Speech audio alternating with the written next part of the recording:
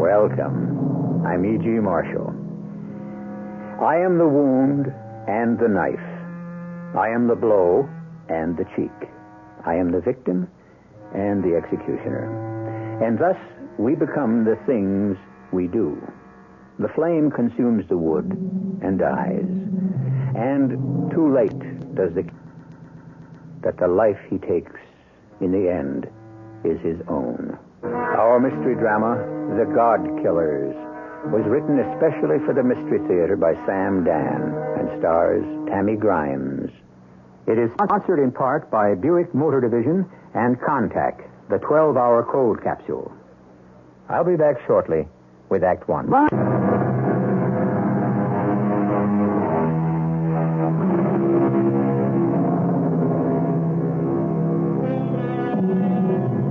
Vanity of vanities, we are told. All is vanity, and a searching after wind. True, and yet just a little vanity? Can it be so bad? Don't we need it to add a bit of piquance to life? Especially women. Who would give a woman a second look if she didn't have just a touch of vanity? Ursula Underwood has no vanity at all. Zero. And the result is, no one has ever given her a first look. Ursula, at 40, who doesn't think to hide the approaching gray in her hair, whose lips have always been innocent of lipstick, shy, quiet, and self-effacing Ursula Underwood. But here she is, suddenly a center of attraction, literally in the spotlight, surrounded by eager, impatient, anxious men. How did this happen? Well, she's been accused of murder. Okay, Miss Underwood, you better come clean. I didn't do it. Make it easy on yourself. I didn't do it. Where'd you get the knife? Why'd you kill him? I didn't do it. We know you killed him. He was going to fire you. You had the motive. Wasn't he going to marry someone else? You're jealous. That's why you killed him. You picked up that knife and you killed him. Confess. We know what happened. I didn't kill him. I swear to you, I didn't kill him. All right, Joe, Larry. Take a break. I'll handle it. Oh, okay, Lieutenant. She's all yours. Miss Underwood, please. Listen, my name is Lieutenant Barney Shostakovich. I didn't do it. I assure you that you will feel better if you tell us the truth. I didn't do it. My advice to you is confess. Just confess you killed Mr. Alistair Pollister. You'll feel better. You know, confession lifts the weight off of your soul. I didn't do it. Miss Underwood, can we set some ground rules? Just don't keep saying you didn't do it. Lieutenant Shostakovich, I tell you I didn't do it. Please, I want to help you. You want to help me? Why don't you confess? What you want is another scalp for your belt, another notch in your gun. If I confess, will you become Captain Shostakovich? Probably. So the truth is, you want to help yourself? No, I want to help both of us. Please, leave me alone. I would, if you were a professional killer. Then they could just, throw you at the jury, and your reputation alone would be enough to convict you. But the way it is now, see, we need your confession. But I didn't do it. And you need your confession, too. You need it to make peace with yourself. Lieutenant. Don't fight it. Yield to it. Give way. Give in to your better impulses, to your truer nature. Lieutenant. Let's be friends. Call me Barney. I'll call you Ursula. You're trying to seduce me. Ursula, I'm only trying to get to... Where were you with your soft voice and gentle manner and sweet air of concern when I needed you? Oh, how I wanted someone like you. Dreamed of, prayed for someone like you. Ursula. Oh, that name. That ugly name. Ursula. Do you know what it means? A female bear. A she-bear. Oh, my Lord. How could parents name a little girl Female Bear? Well, it's a pretty name. It's an ugly name. And I'm an ugly woman. No. No one ever thought I was pretty. No one ever treated me as if I were pretty. And so I never became pretty. Well, you're a handsome woman. A big woman. Tall. Ungainly. I'm a bear of a woman. But you have certain qualities which are really quite attractive. You are trying to seduce me. No, I'm not. Now, please, you must believe me. It's all right. I rather like it. This has never happened to me before. Now, I know what it is to hear a man's gentle voice when he wants something from me. Something only I can give him. Now, I would like to set the record straight. Don't spoil it. You see, the pretty girls get this all the time. What a man wants from them is pleasure. Miss Underwood. And they know it. In our hearts, we women know it. But men lie so beautifully. And for a moment, it's all so wonderful that it's worth it. Miss Underwood, we are still at ground zero. Nobody. How can you say that? We've made progress. What you want from me is not pleasure, but something even more important, a promotion. Oh, now, please, Miss Underwood, please. And because you make me feel so good, so needed, I'll help you. You will? Because I love you. Oh, don't worry. You have no cause for alarm. You don't have to do anything about it. You probably are happily married with half a dozen children. Miss Underwood, maybe I'd better come back later, huh? Please, forgive me, Barney, for embarrassing you, but I want to be seduced. Even if it's only a figure of speech in a prison cell. Please, Barney, keep on being kind to me. Talk to me softly, sweetly, the way you did before. Ursula, I do want to help you. I know. Now, I know. I'll help you get the best possible deal. Yes, you will. It's a crime of passion. You see, it is an unwritten law, and it's on your side. Now, Alistair Pollister betrayed you. Now, all these years, he led you on. And then he was going to throw you out after you'd given him your youth, your whole life. Ursula, you won't even do a year in jail. Now, I know juries, believe me. I believe you. Let's make it happen. Sign the confession. Keep talking to me, Barney, please. Well, I've said everything that's important. Keep talking to me. Alistair Pollister never talked to me the way you do. For 15 years, I was a secretary. I was nothing to him, but an instrument. At 9 a.m., good morning, Miss Underwood. And then 3 uninterrupted hours of dictation. At 12, have your lunch, Miss Underwood. At 1, let us resume, Miss Underwood. At 4, enough for the day. Never a social word. Never an idle word. He knew absolutely nothing about me.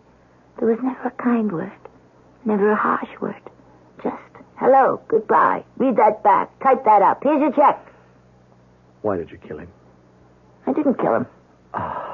Look. But I'll tell you who did. What? The Shiv. The what? The Shiv. You know what a Shiv is? It's underworld slang for a knife. Ursula, when the cops came in, you were standing there, and he was dead on the floor. Now, there was the knife with the blood all over it. But you didn't find my fingerprints on that knife. Because you had wiped them off. Had I done that, I would have wiped off the blood, too. I tell you, the Shiv. Who is the Shiv? The hero of his last book. You mean there is actually such a person as the Shiv? Oh, yes. And he knifed Mr. Pollister to death. Well, why didn't you say so? Why didn't you say there'd been someone else in the room? Because what? Because until now, no one would believe me. Why not? Oh, Barney, I'm allowing myself to think you care enough to believe me. You do care, don't you? Yeah, and about the Shiv. We must begin with Mr. Alistair Pollister himself. Why do men become writers? Well, no, is that important? Vital. Some turn to writing because of an urgent need for self-expression. Others are motivated by the need for fame. Some are inspired by the financial reward. Yes, well, all this may be pertinent, but we should get down but to... But none of these reasons accounted for Alistair Pollister. Do you know why he became a writer? Oh, I don't think... Because he had an uncontrollable desire to kill. What do you mean he had an uncontrollable desire to kill? Oh, yes. Did he ever actually commit... Murder? Yeah. Oh, dear, Barney. Hundreds of times. Do you realize what you're saying? He didn't have the courage to kill real living people. Therefore, he became a writer. In that way, he could create people of his own. And he would kill them. Oh, yes, I see. Now, look. You had a long, hard day. Why don't I let you get some rest? No. Don't treat me as if I were mad. I'm not. You said you'd be kind to me. No, all right, all right. You must understand, so you will know why and how he died. You see, he lived for murder. His only thought was to kill. His only pleasure was to destroy life. She was his prisoner. Not just the captive of his strength, but the slave of his will. Do you have that, Miss Underwood? Yes, sir. She knew she should run. At the very least, scream, even beg for mercy. But she stood absolutely still, completely silent, waiting for the knife in his hand to enter her body, waiting. And then, finally, just below her breast, the flash of steel, the short, sharp, searing stab, the sudden gush of crimson, and the pain, oh, the pain. For a moment, she felt it swell, and then it stopped. The heart, the beating heart had also stopped. It was dead. There was nothingness. From a void she had come, to a void she returned. Mr. Pollister. Mr. Pollister. What is it, Miss Underwood? Shall we continue? No. Enough for the day. Yes, sir. That was the Shiv. Mr. Pollister's most notorious murderer. Surely you've read some of Mr. Pollister's books. No, I'm sorry. Well, I mean, I get enough violence and murder on the job. I don't need any for refreshment. The Shiv. Okay. Now, he's this character in Pollister's book? Yes. And you say he killed Mr. Pollister? I know he killed him. But if he is only a character in a book, someone who exists only on a printed page, how could he? Oh, I get it. The Shiv must be based on a real-life character, and it's this character who murdered Pollister. No. What do you mean, no? The Shiv is totally a figment of Mr. Pollister's imagination. And yet, it was the Shiv who committed the murder. But... Okay. Have it your way. Oh, please don't be angry with me. If you want to solve the Pollister murder, listen to me, Barney. Listen. Ursula, what you are telling me is impossible. No, Barney, it's true. A character in a book can commit murder? Try to believe me. Trust me. I love you. The first and only love of my life. Would I lie to you?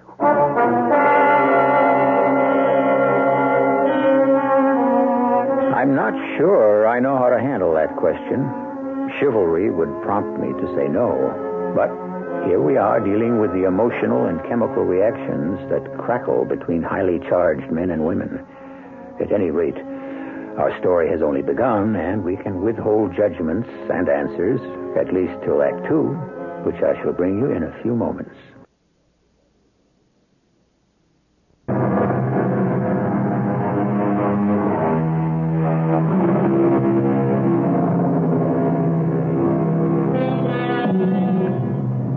Can a man be killed by a character in a book? A completely fictional character whose only life, if we can call it that, exists on a printed page? Before you answer that, you might pause to consider, for all we know, we, ourselves, might be fictional characters in somebody's book. Barney, I wouldn't lie to you. I wouldn't lie. No, not deliberately. But Ursula, how can you hope to make me believe that a fictional character can come to life and commit a murder? Barney, I can hope for anything now. Now that I'm in love.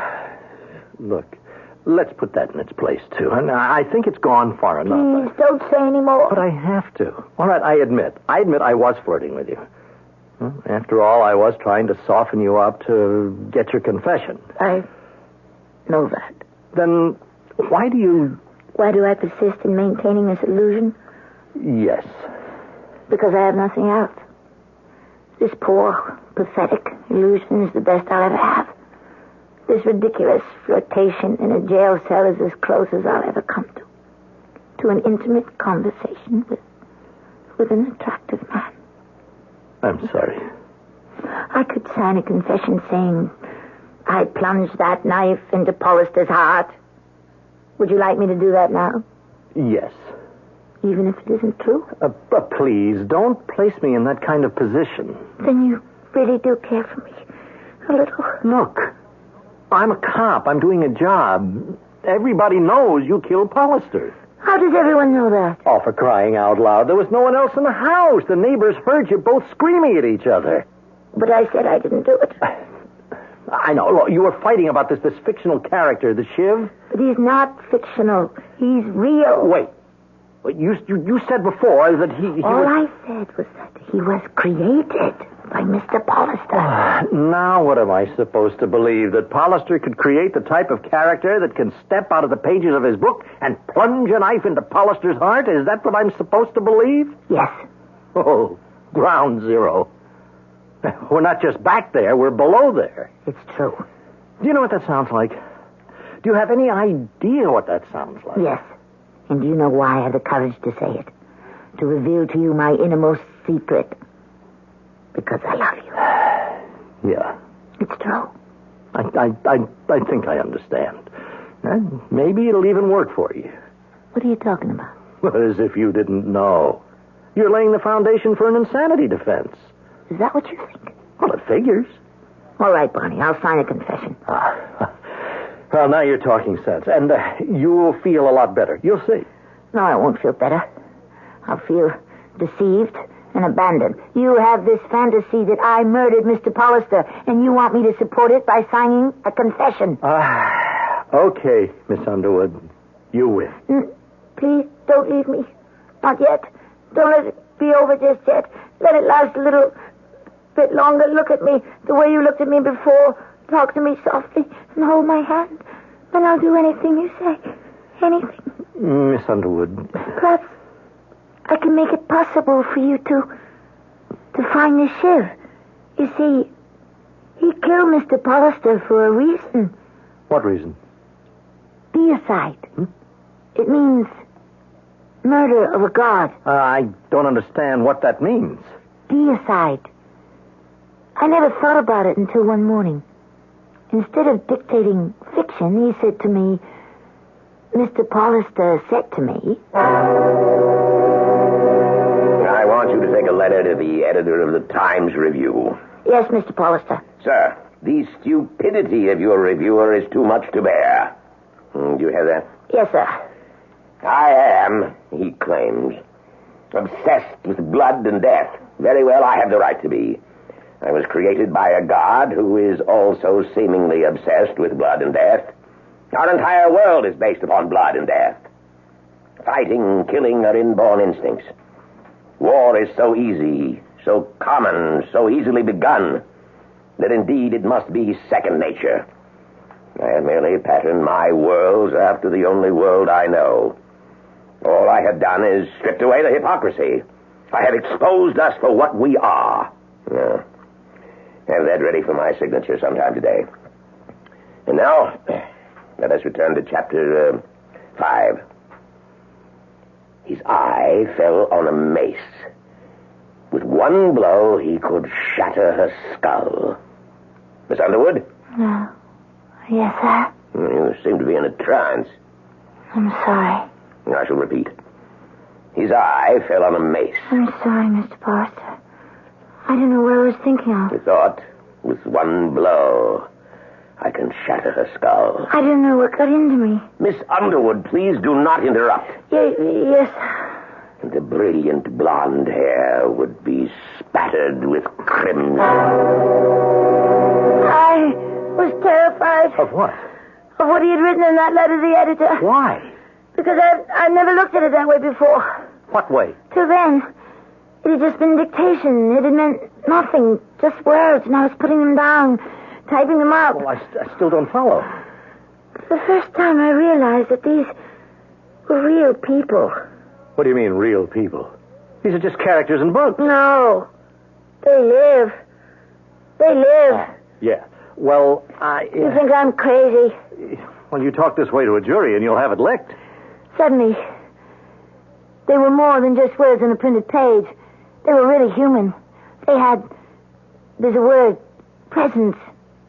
You're going to laugh at me. Don't. Please, not you. Don't you laugh at me. I couldn't stand that. No, I'm not laughing. He would draw them beautifully, so beautifully, and then he would kill them. there was a man. A man named... Stephen Shea, with laughing blue eyes and a flashing smile. Stephen Shea, fleet of foot and light of heart. Singer of sweet songs, with a love for all mankind. Have you got that? Yes, sir. Stephen Shea, who asked for nothing but to make another human being happy. Stephen Shea, the modern troubadour who wandered the face of the earth, whose smile dispelled the darkness. Have you got that on the page, Miss Underwood? Yes. I've got it on the page, and I've also got it in my heart. Please, Mr. Porth, don't kill him. I don't believe I could stand it if you killed him. A note to myself for this down. He, Stephen Shea, will be the first victim of my newest character, the Shiv. Oh! Miss Underwood, did you hear what I said? Are you going to kill Stephen Shea? What an odd question. Of course I'm going to kill him. But what else is he good for? Now, to continue. Stephen Shea awoke that morning, that bright spring morning. The air, so fresh, so crisp, so clear, it crackled. Oh, God, he said, thank you for giving me such a morning. Poor Stephen Shea. How was he to know this would be the last morning of his life? Well, it's 12 o'clock. Take your break, Miss Underwood, and we'll kill him after lunch. When I walked out of his apartment, I was in a daze. Mechanically, automatically, I made my way to the little restaurant down the street where I always took my meals. I sat down at my usual, quiet, out-of-the-way small table. I sat there in silence. Fortunately, the waiter was too busy to bother with me. I don't know what I could have said to him. I knew the tears were streaming quietly down my face. And then I became aware of someone. Of two flashing blue eyes and a bright smile. I looked into his face, and I knew this was Stephen Shea, the singer of sweet songs. He was there at the table with me. Please, save me. Don't let me die. Save you? How? I don't want to die. Why should I die? Have I ever harmed anyone? He's going to kill me. I know. Can't you help me? What can I do? It's his will. It's God's will. But you're also divine. Who is? You are. You're a goddess. You helped make me. You put flesh on my bones, blood in my veins, thoughts in my head. But they belong to him. That flesh, those thoughts. But you placed it all on the paper. You are the handmaiden to God. You are also divine. He won't listen to me. I beg you. I don't want to die. Please save me. I'll worship you forever. Promise. Promise. I'll try. And so I was determined to save him. Now look, Ursula, I want you to consider very seriously the idea of seeing a psychiatrist, you know? Don't, Bonnie. Don't treat me as if I were mad. Just be kind and patient and sweet. I told him I would save him. But how? How could I keep the Shiv from killing Stephen Shea? What could I do? These things that you're saying, now, they're not really helping you. You'll be shut up in an asylum for the rest of your life. Now, you're better off with the crime of passion, even self-defense. The jury has to be on your side. You don't believe a word I'm saying. Characters who come off a printed page. But suppose you can meet them, see them, talk to them yourself. Oh, that's impossible. Stephen Shea is gone, fled. I don't know where he is. But the Shiv... What about the Shiv? He's here. Here? Where? Nearby, at hand, waiting for me to call. Okay, then we're out of the woods. Now, if you can produce him, the Shiv, you'd better do it. I will.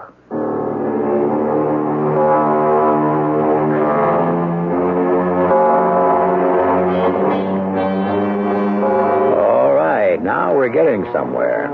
We're at that point where you've got to put the money on the table or walk away from the game. However, don't you walk away, because it's a brand new game that we have for you in Act 3, which will happen here in just a few moments.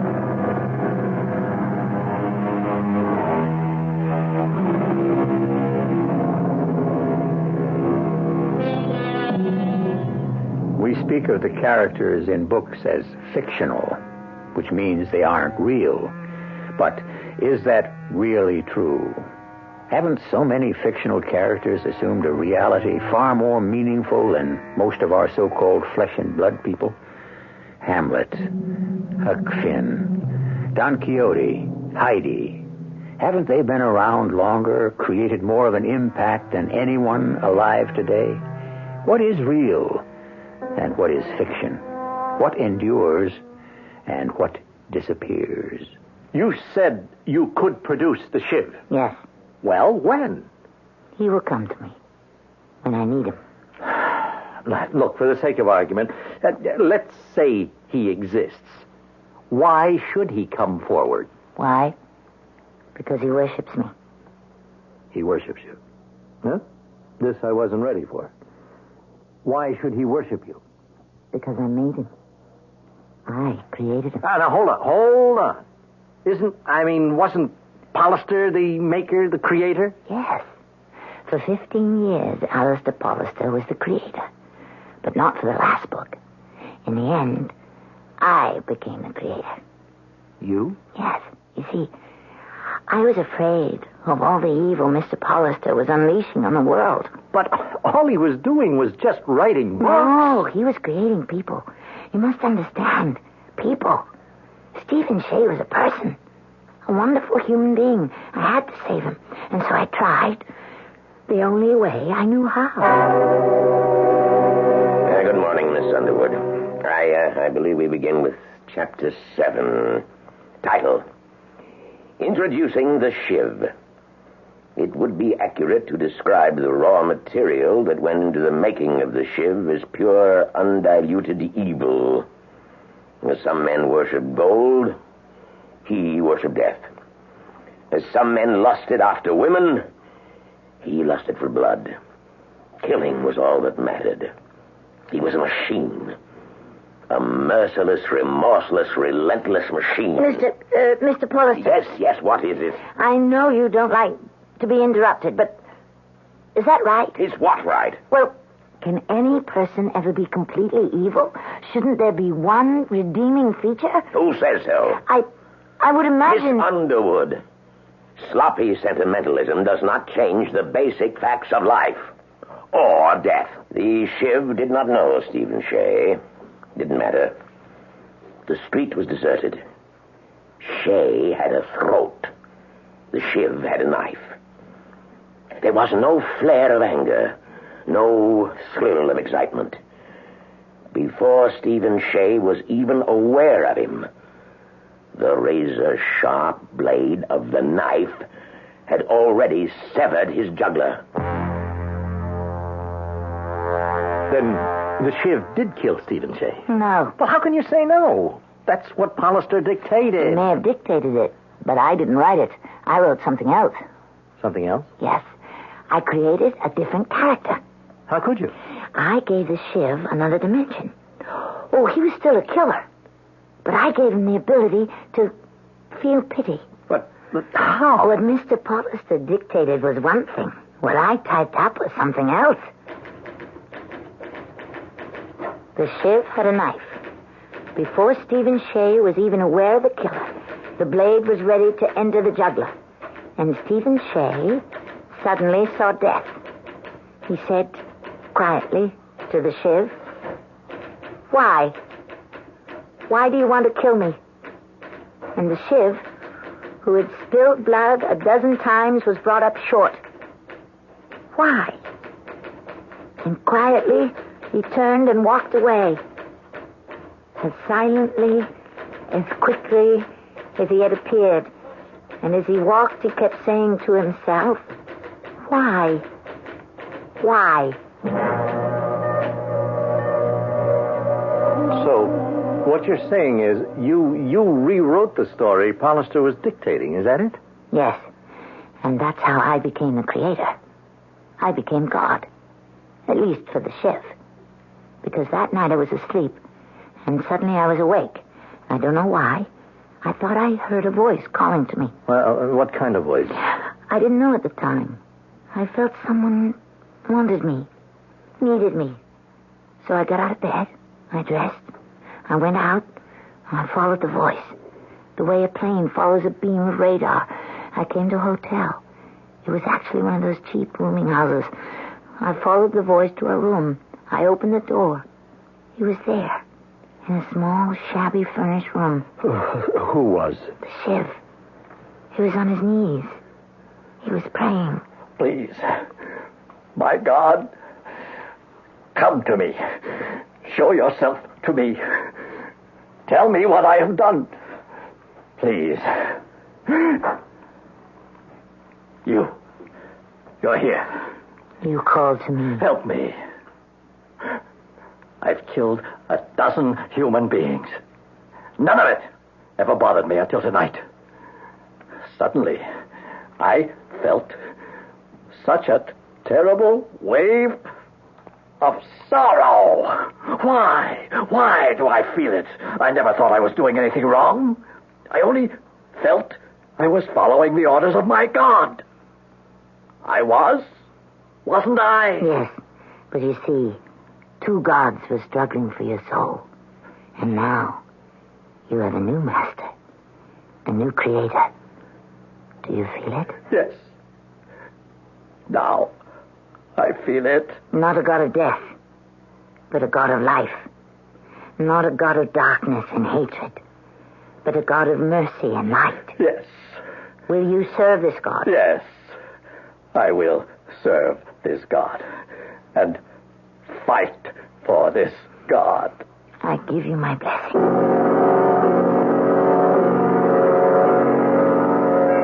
So now you're the god, the goddess, or whatever it is, to the Shiv. Yes, you must believe it.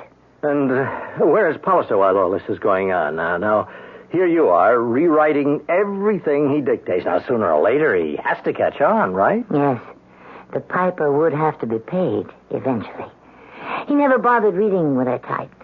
He assumed I got it word for word. I usually did. And he would have me deliver it to the publisher.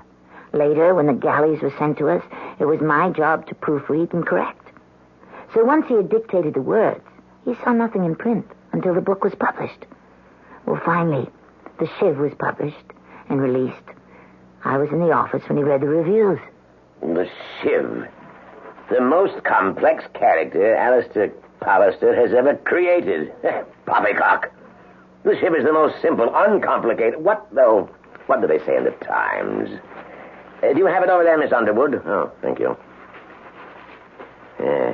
Just as we expect the Shiv to murder Stephen Shea, Stephen looks the would-be murderer in the eye and says, "Why? Why do you want to kill me?" And we feel a sudden chill because it has the same force as another question asked so many years ago.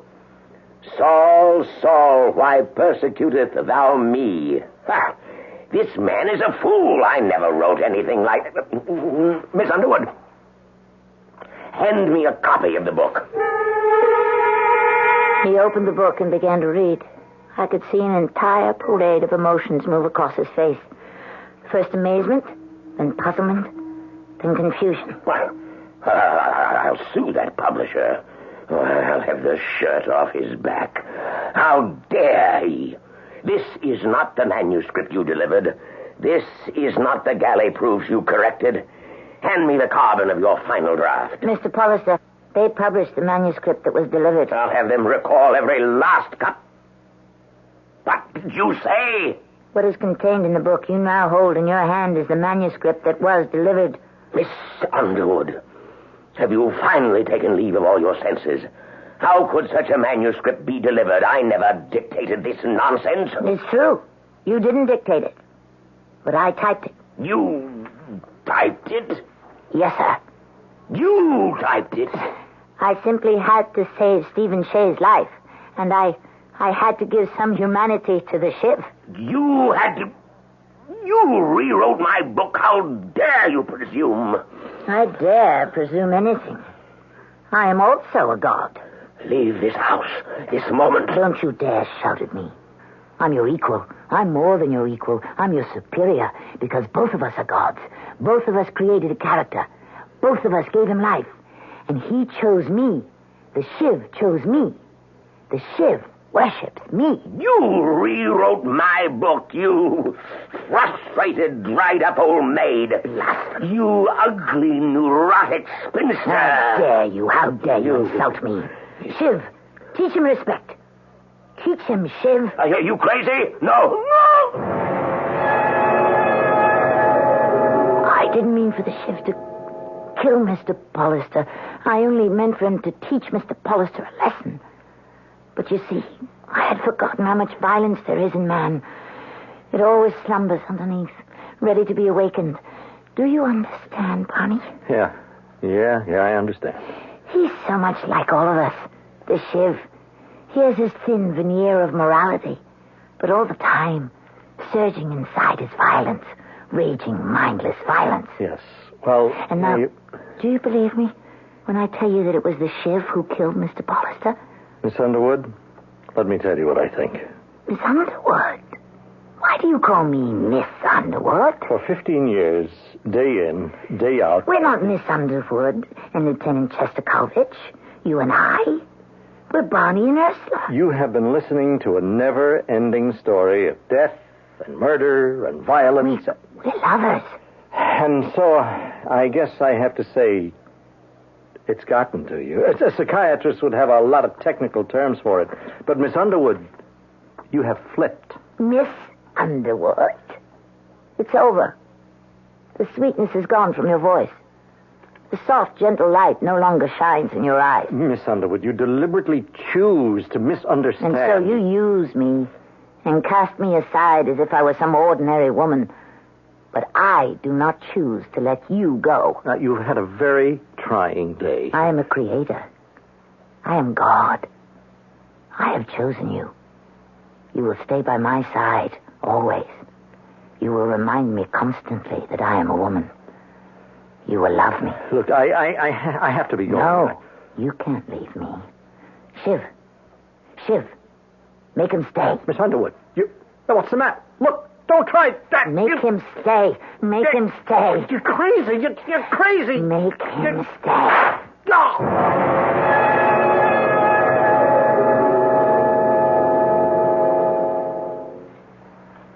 Miss Underwood, I'm Sergeant Joe Maselli. I didn't do it. We know what happened. For some reason, you started a fight with Lieutenant Chesterkovich, and you managed to grab the gun from his holster, and you... I didn't do it. And you shot him. Now, look, all you have to do is sign this statement. I didn't do it. Look, maybe you felt threatened. You might have lost your head. We know you're frightened and confused. I didn't do it. Ursula, let me call you Ursula. And you should call me Joe. We should be friends because we can help each other. You understand? Yes, I understand. You're a very unusual woman, and... I understand. You're trying to seduce me. Oh, no. I'm only... It's all right, I don't mind. Don't spoil it, please. Be kind to me. Be gentle, be sweet. I'll tell you who killed Barney Chesterkovich. And why.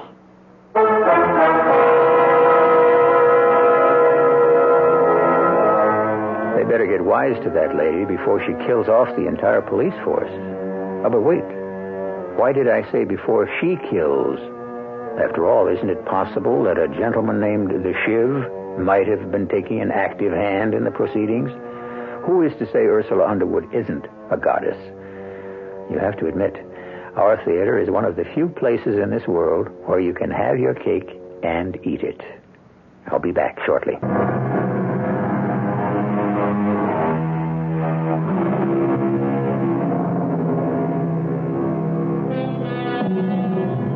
All the world, the poet said, is a stage. And by this time we accept that. We know we're all players. We know we have our parts.